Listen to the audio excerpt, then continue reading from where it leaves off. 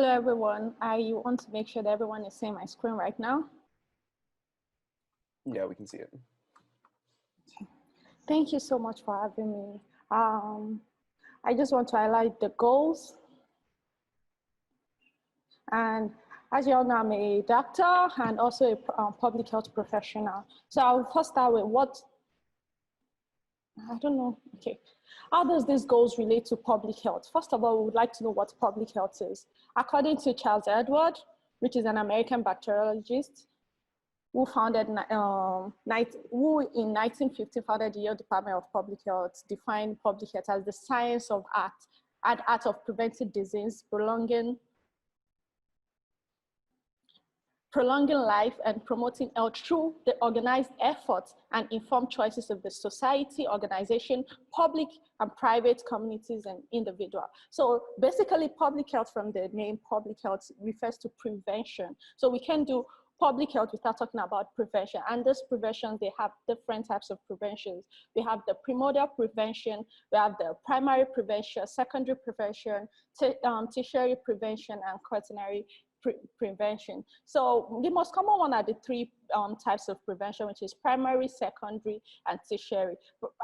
I would just like to define just what each one of them mean.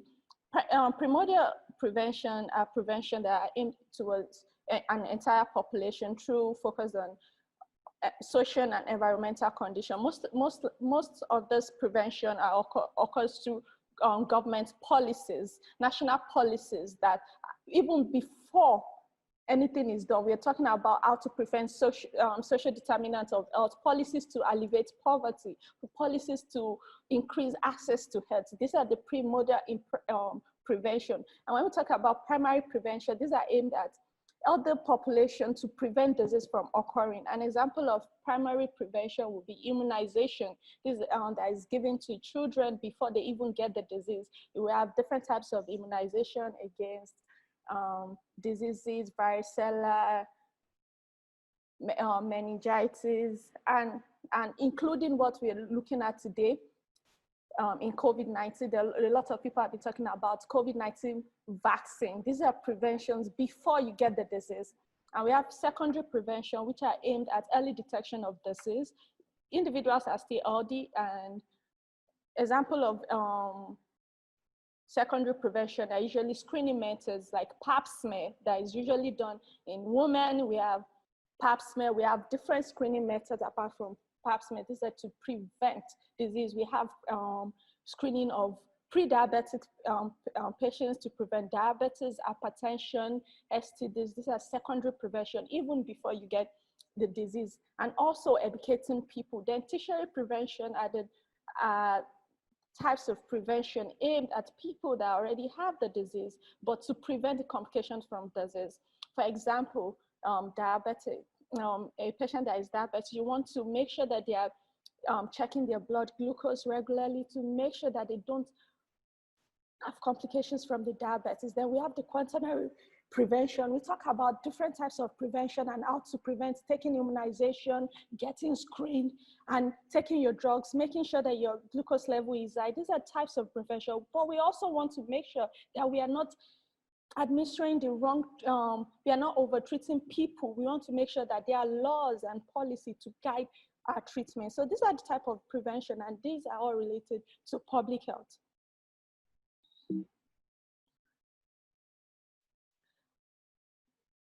And in order, I wanted to talk about the social determinants of health because it aligns with the goals of NGH. In NGH, we have one of the goals that attain food security, guarantee access to safe drinking water, guarantee access to affordable modern housing, elimination of poverty. These all are determinants of health. These are determinants of how healthy we are: income level, educational opportunities, occupation, gender equality, inequality, racial segregations. These aligns with our current goals, and that's why we are here today. I also have the goals again. So today I'll be talking more about goal 5, which is guarantee healthcare for everyone, cure deadly disease, solve human aging to live longer and healthier.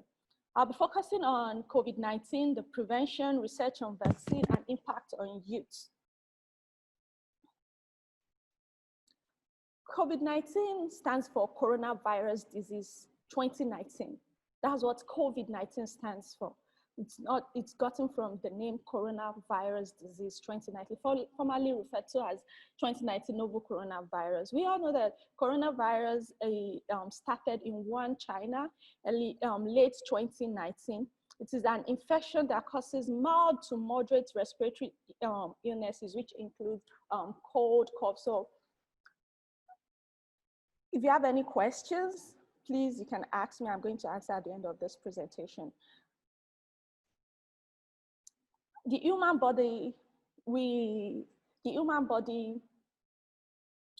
is very functional in the sense that one of the major things that can lead to death fast is when you can't breathe. And this is the part of the body, the lungs, that's where the coronavirus affects. So these are the respiratory disease. So coronavirus affects the respiratory organ to cause mild to moderate respiratory disease. And usually we have high recovery rates.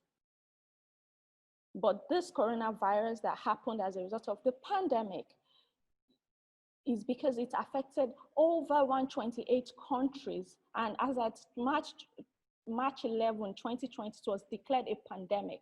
It has caused over 977,000 deaths all over the world and over 31 million cases.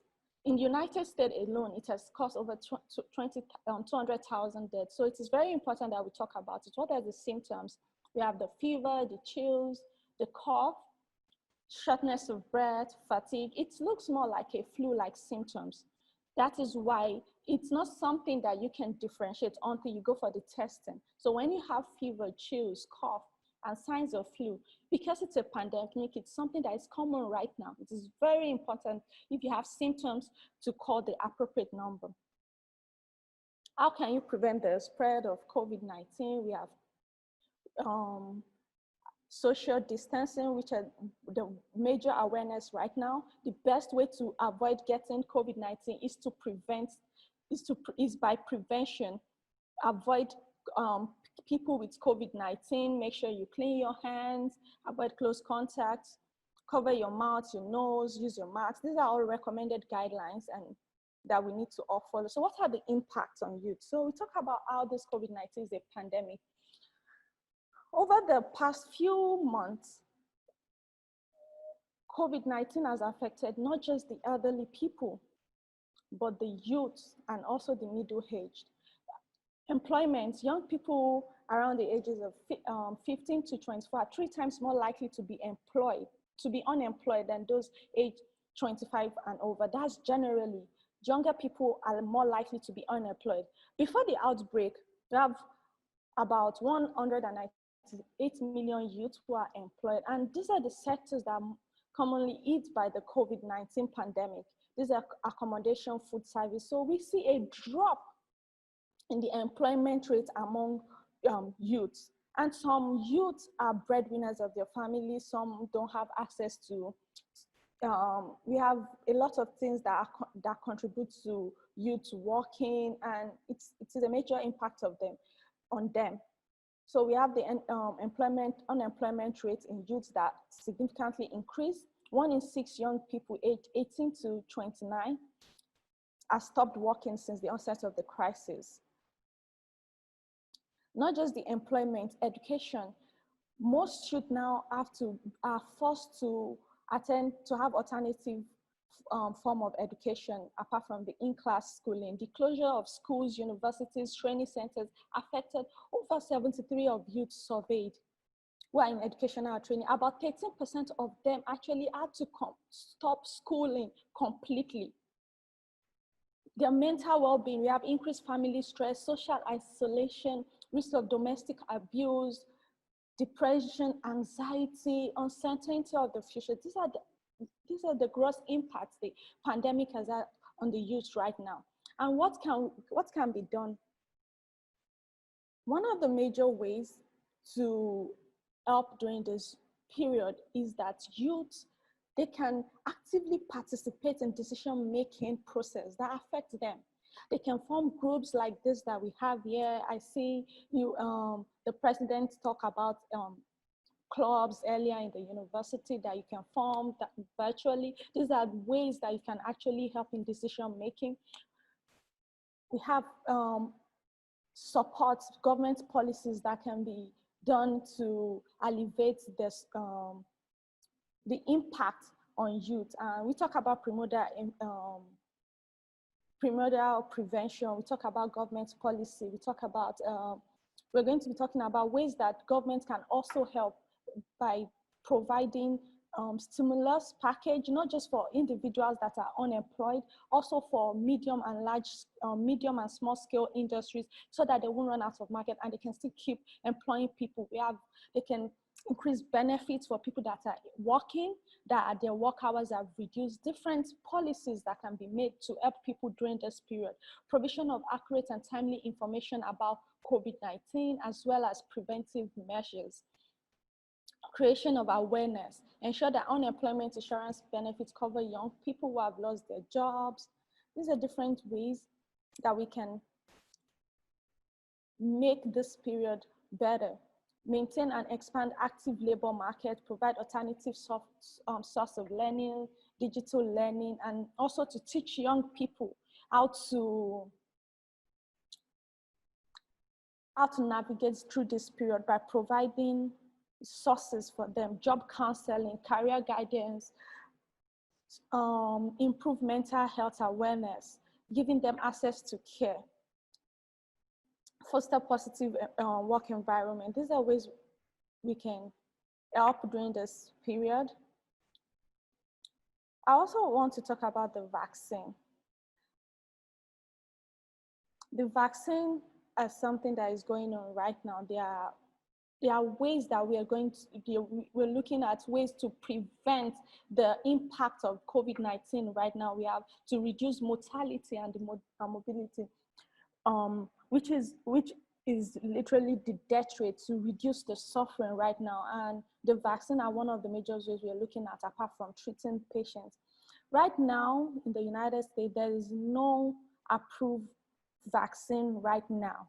There are mixed reports online, but as of right now, there is no approved vaccine in the United States. And there are 5 vaccine candidates right now that are in phase 3 trials. So I would just want to explain what phases trial in clinical research means before I talk about the vaccine right now. So we have phases of clinical trials before a vaccine can be approved. So we have the phase 1, which evaluates safety, determine if this drug is safe, and identify side effects. Then we have the phase 2 trial. So after the phase 1, after the drug or the vaccine have passed, or any clinical trial they're evaluating have passed phase 1 trial, is moved to phase 2 trial. The phase 2 trials test the effectiveness of this drug, and it's usually done within a small group of people to just further evaluate the safety. And the phase 3 trial, confirms the effectiveness, monitor side effects compared to the standard treatment, collect information, and in this stage, they increase the number of people that are being involved in the clinical research. And it's at this stage that the vaccine or the drug, but here we're talking about the vaccine, is going to be approved. When these companies in clinical trial passed phase 3, which is the approval stage, then they can move to phase 4. This is after it has been approved, and we want to know the chronic side effects of those drugs, and to make sure that there is no other risks, and if there's any additional benefits, to further study the results. So most of the vaccine right now actually at the phase 3 and are just awaiting approval. So I'll talk about some of the vaccines we have right now. The companies, we have Novavax, said on September 24th, which is a few days ago, that it will enroll and immunize up to 10,000 people between the ages of 18 and 84 for its vaccine candidates over the next 4 to 6 weeks. And the trial is being conducted in the United Kingdom, and the company will publish its testing protocol in coming days. So this is the phase 3 trial. We also have Johnson & Johnson announced this week that it started a 60,000 participant trial of its single dose COVID-19 vaccine in the United States, Brazil, South Africa, and other countries. And we also have AstraZeneca's, also in phase 3 trials, all awaiting approval. Moderna, also in phase 3 trial in July, and hopes to have 30,000 volunteers enrolled at the end of this month. We also have Pfizer. So for additional reading, I added some link to Google about the current trends and also updates if you want additional reading.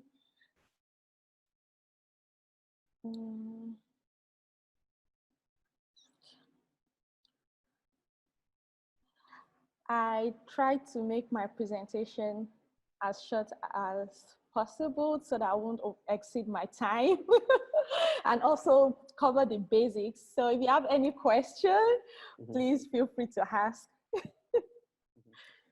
That's fabulous presentation. Thank you so much. But we actually did receive a couple questions, when during our sign up forms, as well as a couple people. So our very first question that we received for you, Doctor, is so how do you think the distribution of a vaccine upon launch will go? Like, what might the process look like?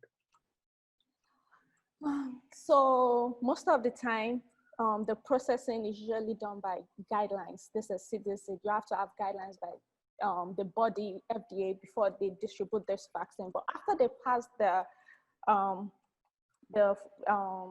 approval, after they've given the approval, they usually test it on a group of people at a committee and just monitor the side effect. And if they're certain that this is actually very good and we can test on large scale individual, that means can distribute it over the United States of America, since the pandemic is still ongoing and we are looking for something as soon as possible. Although the death rate has dropped over the past few months compared to before, we hope that as soon as the vaccine is ready, it's going to be distributed nationally. So it shouldn't, once it's approved, that's why they have to go through this process, these protocols to make sure that it is safe even before approval. Even though after approval, I said there's still phase 4 trial to monitor the side effects and the benefits of this vaccine. But once they've passed the phase 3 trial, most of the time they are free to distribute it nationally, except there's a restriction by the body that approves. All right, amazing. So our next question would be, so what is your prediction for the timeline of COVID-19? When do you think we can move past this? What does your realistic prediction kind of look like? If I want to talk about the impact, it's still going to take a couple of years. It's going to take about, we're talking about economic impact, we're talking about social, mental impact, and the economic impact is a big one. We have lots of businesses that have closed down. We also have health impact. We had lots of cases of death rates even among veterans in some hospitals. These are youths, and it affects elderly people. It's going to take a while to get past that, and it's still ongoing. Although we've already made lots of measures to further prevent the increase in COVID cases, I think it's still going to take at least the next year for us to start getting things together. At least even for the approval of the vaccine, if you notice what I said earlier, most of them are starting their phase 3 trial this month. It's still going to take a while for it to be approved. Although politically, I'm not sure, I don't want to talk about policy. They are trying to speed things up so that the vaccine will be available, but at least it's still going to take till next year before we can say much. At least the next year. Wow, okay. I'm sure, that's not what everyone wanted to hear, but it's a good timeline. So, I mean, it's what we have, right? So, yeah, so our next question is, so you went over the social determinants of health, right? And, a lot of the patterns that we saw there are, things that are more emulated within wealthier countries, right? So how can we make it so these social determinants of health can be maximized for everyone? How can we make it so we can empower others to have these social determinants? Personally, I like the promoted prevention, which are government policies that tackle the social determinants of health, because I feel like government government policy kind of dictates how things should be run.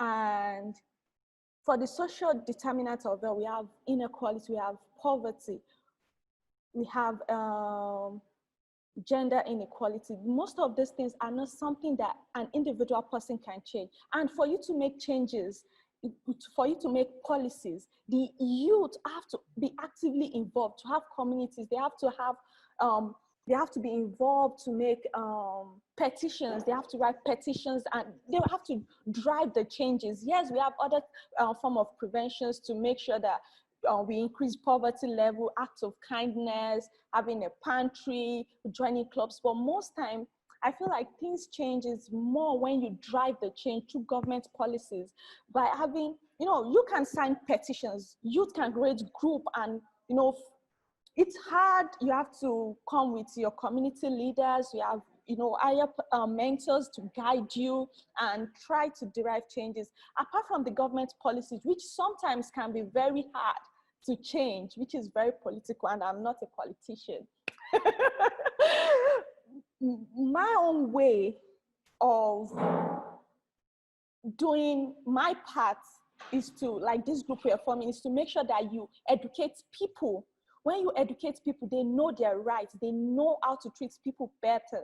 There are different researches on when we talk about gender inequality, and we talk about death rates between different races. And we realize sometimes people don't know that these changes are there because they just don't know better. But when there's awareness and people can make conscious efforts to make these changes, conscious efforts to provide, to be kind, to reduce bullying, to be nice, we can reduce the anxieties in schools, we can reduce, some other laws that actually have impact on others. We're talking about anxiety, we talk about mental health here.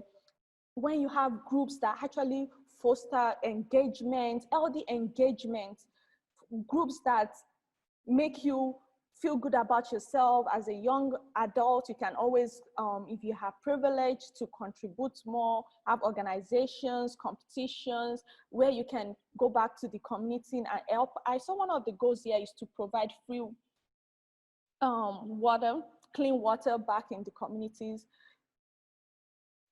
I think we can do our own part, but most time government policies works better because they have the jump of money, because they are the one that will provide funding. That's why during we talk about the Obamacare, which is also not the ACA care. These are policies that has helped the healthcare industry as a whole. Although some people might have alternative view, but we're talking about these policies is better. Although someone made the change, like people come together to effectively make the change. So government policy to me work better than individual policy. But yeah, we can start doing our own. Right. Absolutely. So our next question for you is, so what do you think are the best resources for students to learn? What do you think are the best resources for students to learn during the pandemic, in your opinion? The best resources right now is the internet. Although not everyone have access to internet, that's another one. Not everyone have access to internet. And also you have to make sure that you are getting the right information. On my bio, on my talk show, I make sure I said I want to try and cover misconceptions, because I know a lot of people have a lot of misconceptions. We're talking about even in COVID-19, some people actually thought if they drink, I had cases, I had people saying that if they drink salt water, they won't get coronavirus because the salt water is going to kill the coronavirus before it gets to the lung. These are things you have the opportunity, and some of them is actually on the web, on internet. So you have to have the right resources. I recommend using the CDC to get updated research, peer reviewed journals, just, journals and websites that are credible to get your information. Most of the sources, you have updated information, because almost everything is done online now. So right now, the source is the internet. Just make sure that you're getting credible information. Right. So I think this is gonna be the last question we have time for. It's a little bit of a more personal question, but so how do you deal with, you know, people who don't want to wear masks? You know, how do we you know, get patience with them, stuff like that? Like, what's your take on that? You know, um, as a doctor, autonomy is number one. You can't force people to do what they don't want to do. So what you can do, like I said, is policy. If the hospital policy or the company's policy is that before you enter this building, you have to wear your mask. If you don't wear your mask, you just can't enter. So you have the choice to either wear your mask and go into the building or not. But if you have an organization that have a policy, you just have to follow that policy. So if you know you cannot follow that policy, you can stay at home or go to where the policy is not grounded. So personally, I advise people to wear masks if you have, except you are with people that are family members, are close, and you know that they don't have coronavirus. Yes, but Great. you can't force people to wear masks. Yeah, Except absolutely. there's a policy right now. I don't know. Maybe you guys can tell me. Is there any policy that forces people to wear masks in the United States? I think in some states, but I don't think it's Everywhere. nationwide. Yeah. Okay. All right, great. So I think that's all the time we have.